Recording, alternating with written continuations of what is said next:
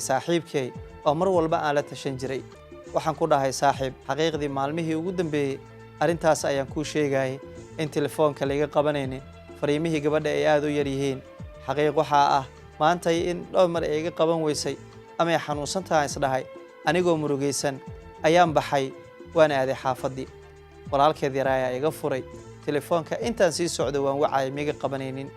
Laakiin ugu dambeyntii walaalkeed wuxuu i dhahay geedka ayay hoos fadhisaa, telefoonayna ku hadlaysaa. Wiilka saaxiibkay waa qof aad u degan, mar walbana dhanka wanaagsan wax ka fiiriya.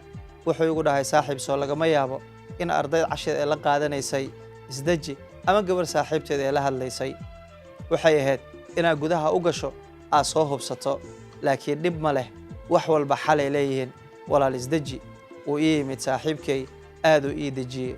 Wuxuu igu yidhi adigoona lagu fahmin oo wax dhibaato iyo buuq aadan geysanin, dumaashideeda baar si aad u ogaato xaqiiqada dhabta ah oo jirto.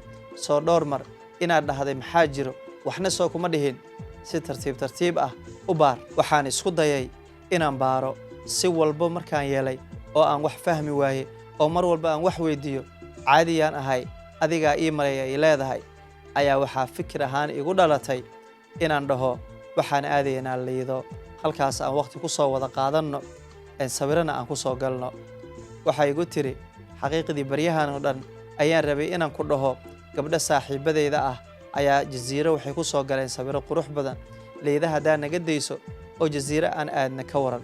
Waxaan ku dhahay waa arrin wanaagsan, anigu go'aankayga wuxuu yahay inaan baaro. Awal liida ayaan rabay, laakiin haddaan jasiiro sii aadayno wayba ka sii fiican tahay, waayo waa safar dheer oo xog badan aan ku raadin karo. Sayna iga shakinin ayaan waxaan ku dhahay noloshaydii ka waran haddii aan qaadanno dhar isku eg. Markaasay igu tiri waxaan qaadanaynaa isku days madow ayaan soo qaadanayaa, adiguna qamiis madow soo qaado, waayo dharka madow ayay aad u jecleed. Waayaha ayaan ku dhahay runtii qamiis oo madow oo cusub ayaan soo iibsaday. Gaari ayaan wacday oo aan kiraystay, waan soo baxnay. Sayna ii dareemin farxad, sheeko, qosol. Waxaan soconnaba ugu dambeyn waxaan tagnay jasiira. Ani waxaan haystaa telefoon Samsung oo isiiyey wiilka saaxiibkay ee bajaajlaha. Telefoonkayga iPhone-ka iyada ayaan siiyey, iyada ayaa haysato. Okay, telefoonka lagu galaayo sawirada waa kee? Waa telefoonkeeda. Muhiimadda aan u socdane waa in telefoonkeeda u gacantayda soo galaa. Ugu dambeyntii sawiro ayaan wada galnay, halkii aan ku soo qaraaxaysanay, fiidiyoyo iska soo duubnay. Wuxuu waqtiga socdo, waqtigaan soo baxeene ayaa la gaaray. Waxaan ku dhahay noloshaydii aniga gadaal ayaan galayaa si aan sawirada iyo fiidiyoyada noogu qurxiyo, adigana hore gal. Waayahay igu tiri, waayo waxaan rabaa fursad fiican oo jaanis aan wax shaki lahayn inaan ma aragtay telefoonka sidaan doono aan u baaro. iPhone-ka inta badan haddii baaswiirka ugu horeeya lagu sheego, inta dambe waad ku raaxaysanaysaa oo meesha doonto ayaa ka galaysaa. Gudaha markay gashay oo safarkeeni uu bilowday ayaa waxa ugu horeeya aan furo wuxuu ahaa WhatsApp-ka. Markaan WhatsApp-ka furay, qaybta wax lagu qariyo ayaan sii aaday. Xaqiiqdii waxaan arkay telefoon uu ku save garaysan yahay adduunkayga. Runtii xilligaa waxaan isdhahay waa adiga. Laakiin haddaan gudaha u sii galay oo aan bilaabay inaan fariimihii fiiriyo, xaqiiqdii fariin walba midda kale way iga sii saameyn badnayd, waayo qof kale ayay la sheekaysataa, erayo jacayl oo macaan, sawiro la isku diray. xaqiiqdii waan awoodi waayay inaan sii aqriyo fariimaha. Inta badan qofka jacaylka sheeganayay calaacalayay waa gabadhan aniga jeclahay, aan wax walbana u suubinayay. Runtii naxdin iyo murugo ayaan ka qaaday. Waan awoodi waayay inaan sii wado oo fariimaheeda aan sii aqriyo. Waxaan go'aansaday dhammaan fariimaheeda iyo sawirada inaan aniga dirsado. Waan dirsaday, kadibna waxaan suubiyey inaan ka titiray sawiradii aan soo galnay iyo fiidiyoyadii labadeena aan soo galnay. Dhammaanna waan ka masaxay. Wax walba oo hore labadeena aan u wadaagnay dhammaan waan ka titiray. Ugu dambeyn xaafadeedii ayaan keenay, telefoonkii ayaan ku wareejiyey, aniguna waan soo baxay. Xaafadaan imid. Markaan xaafadda imaaday ayay i soo wacday. Waxay igu tiri maxaa kuugu kalifay inaad dhammaan fiidiyoyadii anaga aan soo galnay, sawiradii iyo wax walba aan labadeena hore u wadaagnay inaad dhammaan titirto? Maxaa kuugu qasbay?